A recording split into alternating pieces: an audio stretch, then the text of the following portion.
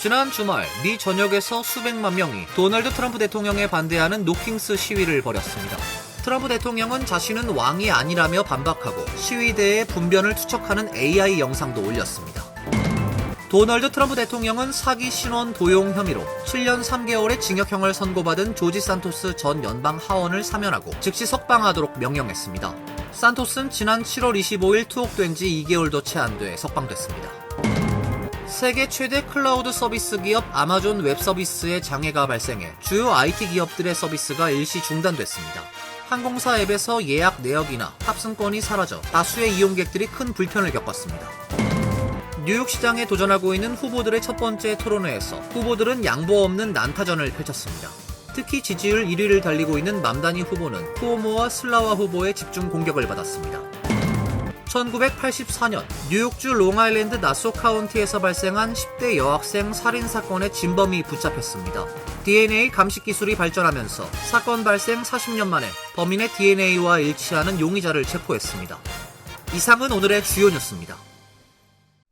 시청자 여러분 안녕하십니까? KBN 뉴스입니다.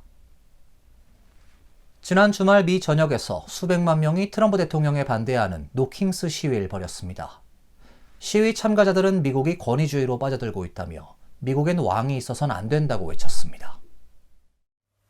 CNN은 지난 토요일 전국 2,700여 개 도시와 지역에서 시위가 벌어졌으며 시위 참가자는 약 700만 명으로 추산된다고 보도했습니다. 이는 약 500만 명이 참가한 것으로 추산되는 6월 14일 첫 노킹스 시위를 훌쩍 웃도는 숫자입니다. 대규모 시위가 벌어졌지만 경찰은 집회가 대체로 평화롭게 진행됐으며 시위와 관련된 사건이나 체포가 보고되지 않았다고 밝혔습니다. 뉴욕에선 약 10만여 명이 타임스 스퀘어 일대에 모여 7번 애비뉴를 따라 남쪽으로 행진하며 시위를 벌였습니다. 시위된 다양한 연령대의 참가자들이 트럼프 대통령을 비판하거나 비꼬는 문구가 담긴 피켓을 들고 행진했습니다. 주요 집결지인 맨해튼 타임스 스퀘어와 인근 거린, 행진 시작 시간인 오전 11시 이전부터 곳곳에서 모여드는 시위대로 발 디딜 틈 없을 정도로 가득 찼습니다. 뉴욕 경찰은 타임스 스퀘어부터 7번 애비뉴를 따라 14번가까지 도로 통행을 통제했습니다. 워싱턴 DC 지역 주민 약 20만 명도 의회 의사당 근처에서 집회를 열었습니다. 백악관에서 의사당으로 이어지는 펜실베니아 애비뉴를 거의 가득 메웠습니다. 참가자들은 치안 유지 목적의 군대 동원, 법안 판결 무시, 이민자 대거 추방, 대외 원조 삭감, 선거 공정성 훼손 등 트럼프 대통령의 여러 정책이나 언행이 민주주의적이지 않다고 지적하면서 그가 독재자나 파시스트처럼 국정을 운영하고 있다고 비판했습니다. LA에선 시청 앞에 오전부터 성조기와 멕시코 국기를 함께 들고 나온 시위대가 모여 트럼프 행정부의 고강도 이민 단속에 반대하는 구호를 주로 외쳤습니다. 주최 측은 워싱턴 DC, 샌프란시스코, 샌디에이고, 애틀랜타, 뉴욕, 휴스턴, 호놀룰루, 보스턴, 미주리주 캔자스시티, 몬태나주 보즈먼, 뉴올리언스, 시카고 등을 주요 도시로 선정했습니다. 도널드 트럼프 대통령은 자신을 겨냥한 노킹스 시위를 정면 반박했습니다. SNS에 시위대의 분변을 투척하는 AI 영상도 올렸습니다.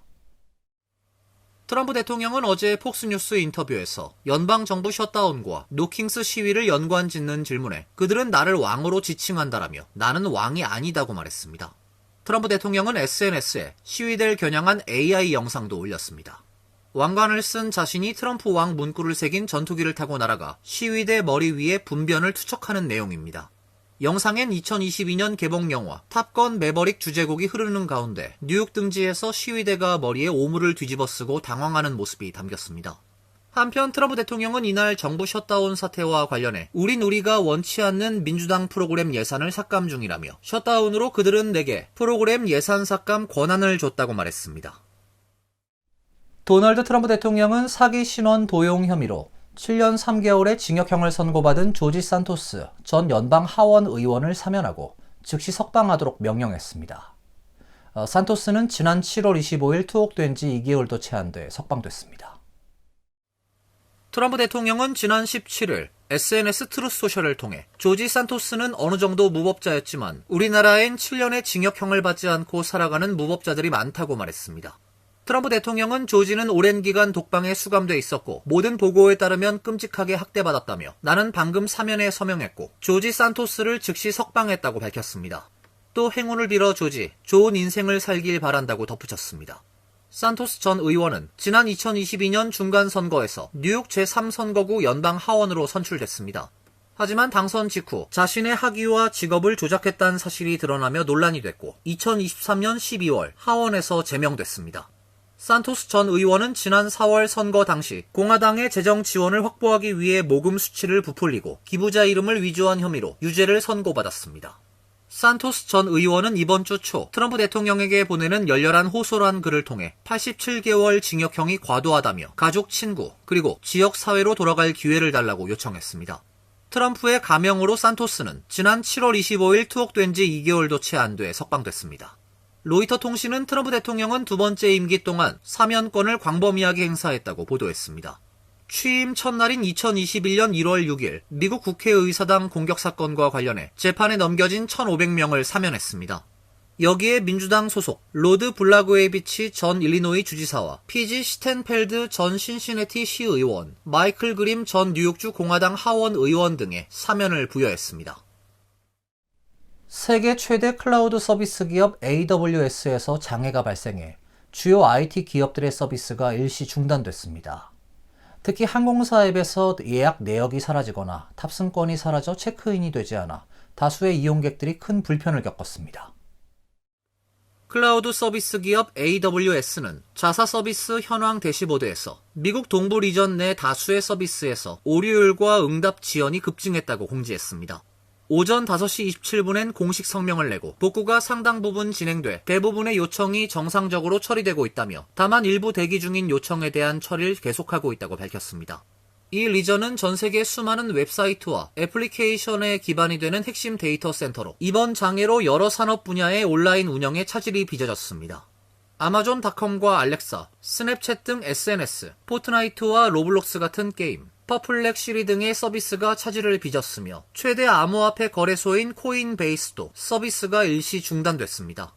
이 외에도 디즈니 플러스, 레딧, 맥도날드 등도 피해를 입은 것으로 전해지고 있습니다. 델타항공과 유나이티드 항공 이용자들은 모바일 앱에서 예약 내역이 사라지거나 체크인이 되지 않는 등의 불편을 겪기도 했습니다. IT 플랫폼 장애 모니터링 사이트 다운 디텍터에 따르면 지금까지 4,000건에 달하는 오류가 확인됐습니다. AWS는 클라우드 1위 기업입니다. 서버를 자체 구축할 수 없는 기업들은 AWS 같은 클라우드 업체의 서버를 빌려 서비스를 제공하고 있습니다. 이 때문에 AWS 같은 클라우드 기업의 문제가 발생하면 전 세계적으로 광범위한 피해가 발생할 수 있습니다.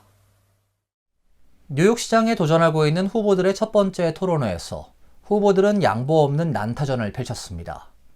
특히 지지율 1위를 달리고 있는 맘다니 후보는 쿠오모와 슬라와 후보의 집중 공격을 받았습니다.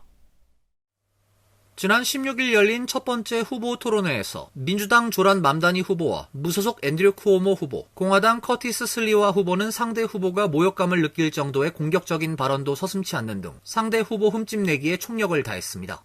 토론회는 지난 6월 예비선거 이후 줄곧 여론조사 1위를 달리고 있는 맘다니 후보에 대한 2, 3위 후보들의 공격이 집중됐습니다. 특히 쿠오모 후보는 직무와 정치 경험이 모두 부족한 풋내기에게 30만 명에 달하는 시 공무원 관리와 1,150억 달러 규모의 시 예산 관리를 맡길 수 없다고 공격했습니다. 이에 대해 맘다니 후보는 미약한 정치 경험보다 정직이 더 중요하다고 밝히고 경험 부족으로 생기는 문제는 정직과 성실로 메워나갈 수 있지만 부정직과 거짓으로 생긴 문제는 결코 경험으로 메울 수 없다며 코로나19 팬데믹 당시 정직하지 못한 대처로 요양원 노인들을 죽음으로 내몬 쿠오모 당시 뉴욕 주지사의 리더십은 다시 필요하지 않다고 응수했습니다. 쿠오모 후보는 맘다니 후보가 이스라엘에 대한 저항을 상징하는 팔레스타인의 인티파다 구호 사용과 무장단체 하마스를 비난하지 않고 있다고 비난했고 슬리와 후보도 유대인 커뮤니티인 맘다니 후보가 반유대주의 공격으로부터 자신들을 안전하게 지켜줄 것으로 믿지 못하고 있다고 공격했습니다.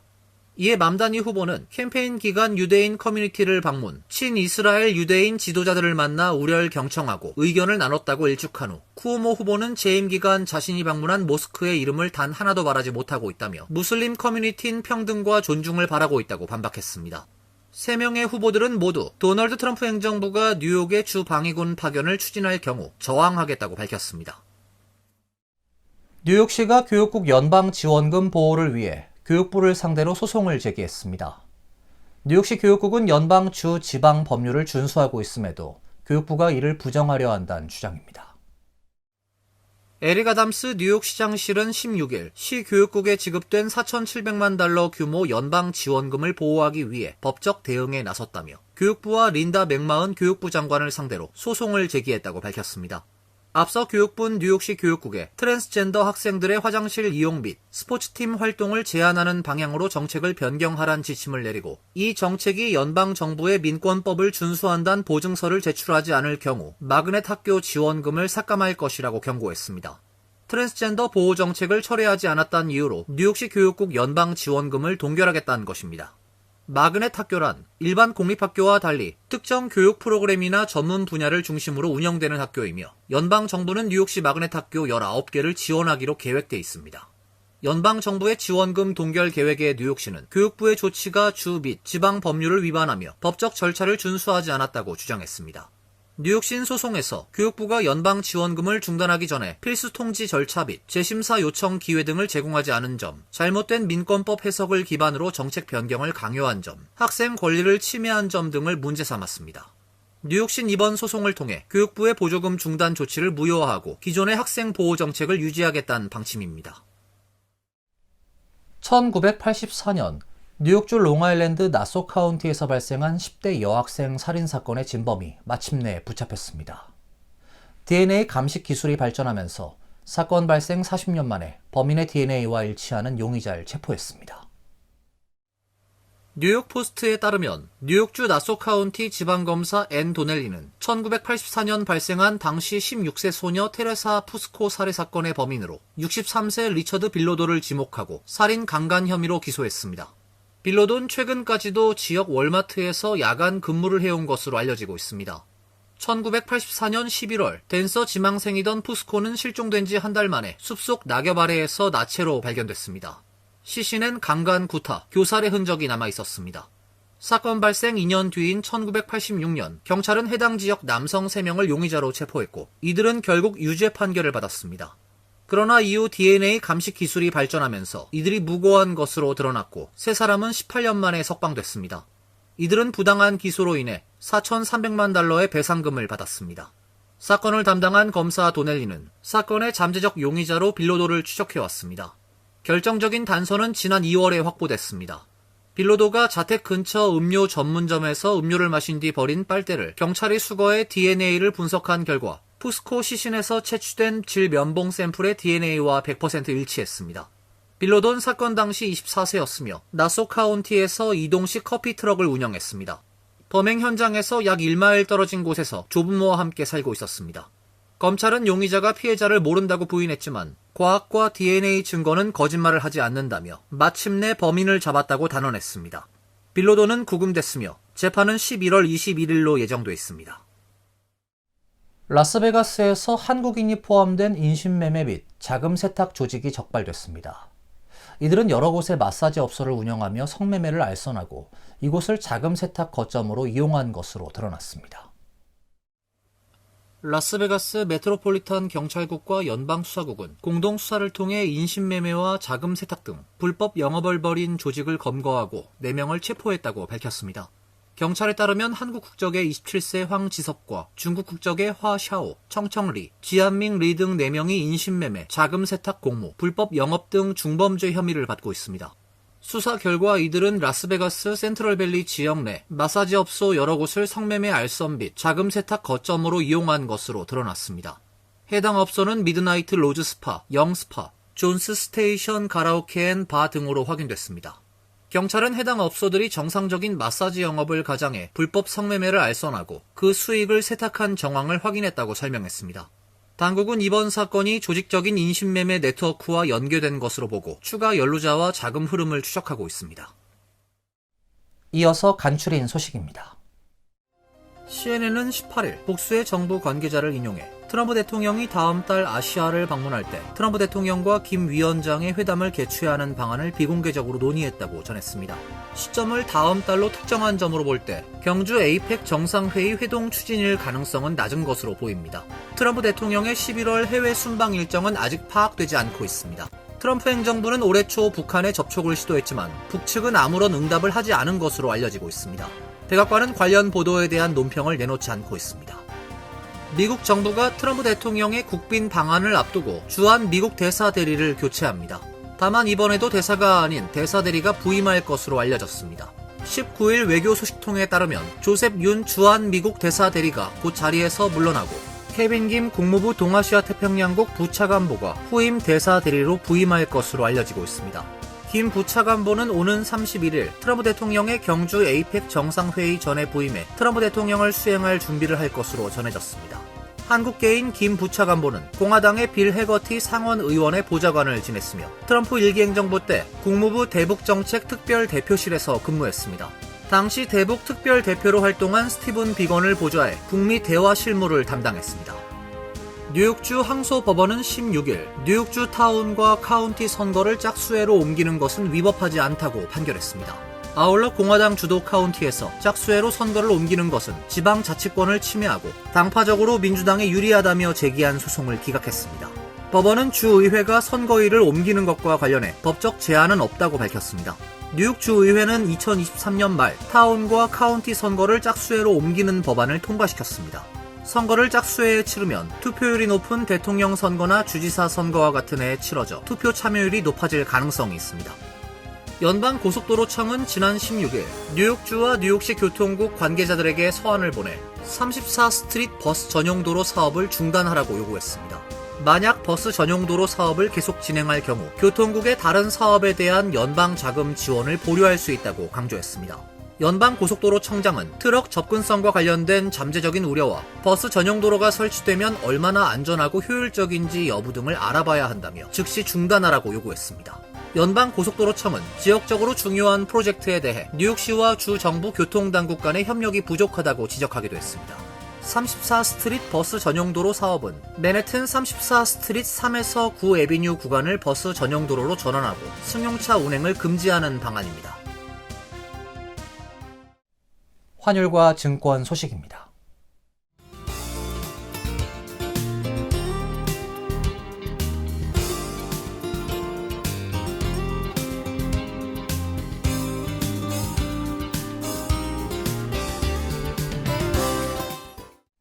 이어서 날씨입니다. 내일은 약간 구름이 끼는 대체로 맑은 날씨가 예보되어 있습니다. 낮 최고 기온 66도, 섭씨 19도, 밤 최저 기온은 55도, 섭씨 13도로 예상됩니다. 수요일과 목요일도 대체로 맑은 날씨가 예상됩니다. 이번 주는 비 소식 없이 맑은 날씨가 이어지겠습니다. 이상으로 KBN 뉴스를 마칩니다. KBN과 함께 즐거운 시간 되시길 바랍니다. 우리 동부 최대 한인방송 KBN이 제작하는 KBN 뉴스는 웹사이트 mykbn.com 그리고 유튜브와 페이스북에서 다시 보실 수 있습니다. 좋아요, 구독, 알림 설정은 뉴스 제작에 큰 도움이 됩니다.